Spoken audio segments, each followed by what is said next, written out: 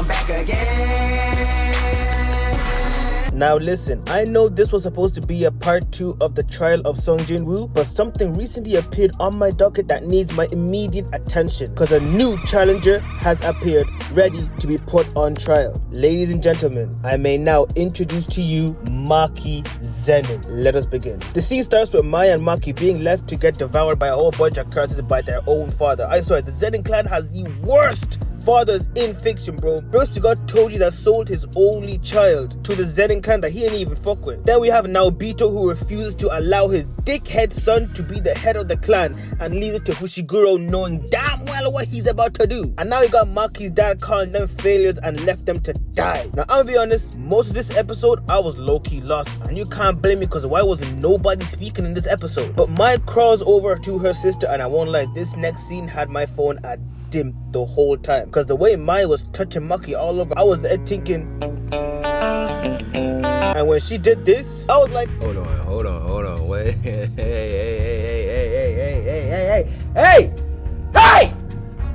But it was to use every bit of her curse energy to make this sword, costing her her life. Her dad realizes that all the curses were exercised and gets ready to bug, and just her aura alone was enough to make this man remember the terrorist that is Toji Zenin. And I won't lie, I seen a lot of people saying that they fumbled this shot, and I agree, this shit is ass. And I have 3 questions.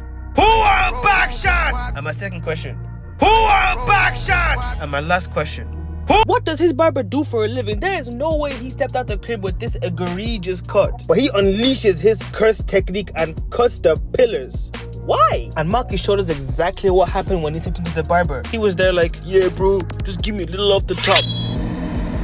Oh shit bro, I think I cut too much. Damn, I messed up, we gotta go bald. Oh shit. Get a look at him in hell like, First time. And she begins her rampage. They sound the alarm and send the ninjas to deal with her. And this got me tight, because what you mean let me deal with her? Nigga, don't make me beat you. But they all try to jump her. Look at this. 4 bodies with 1 move. This should have been the first sign that they stood no chance. She begins carving these niggas up. Look, turn this nigga into Yuji. This Cynthia Erivo ass nigga tries to have a go at her with his musty ass stab, but immediately gets turned into Gojo. And then look, turn this nigga into a Halloween costume and continues denying all these niggas like a girl at a club. No thank you, not interested. I got a boyfriend, I don't have change. I know some of y'all niggas just got mad PTSD. Then this part got me frying, cause homie didn't even get a chance to move and get slimed. She continues to rack up more bodies than Itachi Uchiha. Look at this. Breaks this nigga's sword and splits him in half like he's Genya. This nigga then throws 2 kunais at her, but she sent that right back. And this shot right here got me like, ooh, that girl's so scandalous. And you know that a nigga couldn't handle it.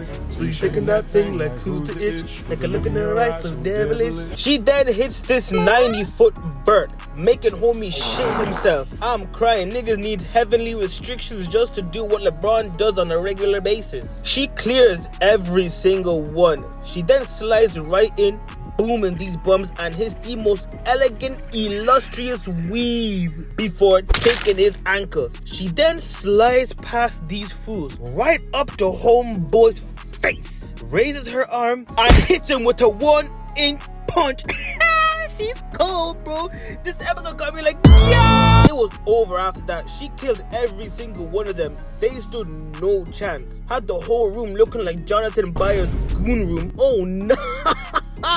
Then this fuck nigga from a while ago pulls up talking about, how's it coming along? Like I won't beat his ass. This shark fin cut saber-tooth sideburn ass nigga had like 4 seconds of scream time, but that was all it took for me to hate him. She gets blasted into the air by this nigga, and the shot of the blood pouring out of this hand looks so eerie. This has to go down as one of the most gruesome anime episodes of all time. There's gonna be a lot of blurring on this shit. She then gets clap paused, but gets out and goes right up to his face. They start overfiring for a bit and go hit for hit, and breaks his sword, and then I see this woman rip out his throat. And it doesn't even end there, because the broken part of his sword rebounds and stabs him in the head. Then this other guy comes in only for Maki to say, I'ma need that neck, boy. Then this little nigga uses his gravity move on her, holding her in place, and then she hits this Ryomen Sukuna ass smile and begins walking through. And this bro is using every ounce of the power he has just to attempt to keep her in place. It got so bad he told this nigga to forget about him and end her now. He knows that if they don't stop her now, she's gonna wipe these hoes out. So he uses this Izuku Midoriya 100% one for all last move, crushing her. And you might be thinking, this must have done some damage to her, right? Even homie is there like, you did it. Only to see her emerging from the fog holding homeboy's head, tossing it into the river. Nah, she is cold. And then Naoya pulls up, talking about, how cruel, don't you have a heart? Then Maki replies with, nah, she took it with her. We then get put in this flashback, and listen, I hate Naoya, but I love this scene because he has always been glazed his whole life. People call him a prodigy and a genius, and they also tell him how much of a waste man Toji is. But the second Naoya laid eyes on him, he realizes that they were just saying all that just to cope, and he knows that Toji is the strongest in the clan. But his misogyny refused to let him acknowledge Maki to be on his level. The way this scene was done is so beautiful. They are going hit for hit, and Naoya turns her into glass.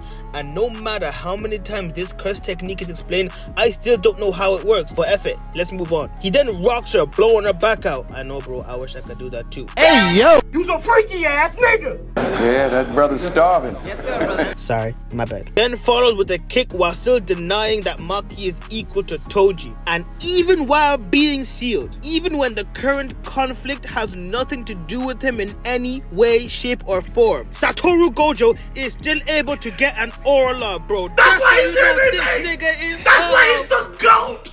The GOAT! Who's doing it like my nigga Gojo, bro? Just wait, bro. That Gojo video finna be generational. And this next sequence is so damn fire, bro, because Maki is upside down and he begins circling around her while hitting that combo. And I know I've seen this somewhere, but I just can't remember what the anime is called. If you know, let me know and put it down in the comments. But the animation in this episode was crisp.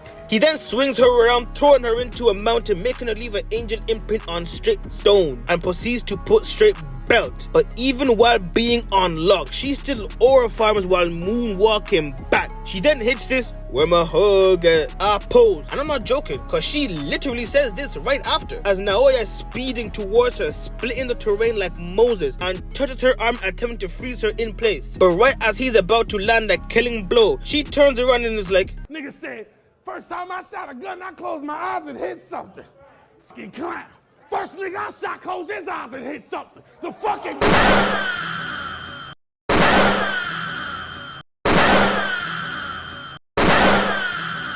and they made sure we saw it, because why did they freeze the frame every time? And she is not done. job's not finished. Because she begins hunting down her own mom. And when she finds her, this bitch has the nerve to beg for her life as if she wasn't okay with her dying 20 minutes ago. Maki packs her up, ending the Zenin clan once and for all.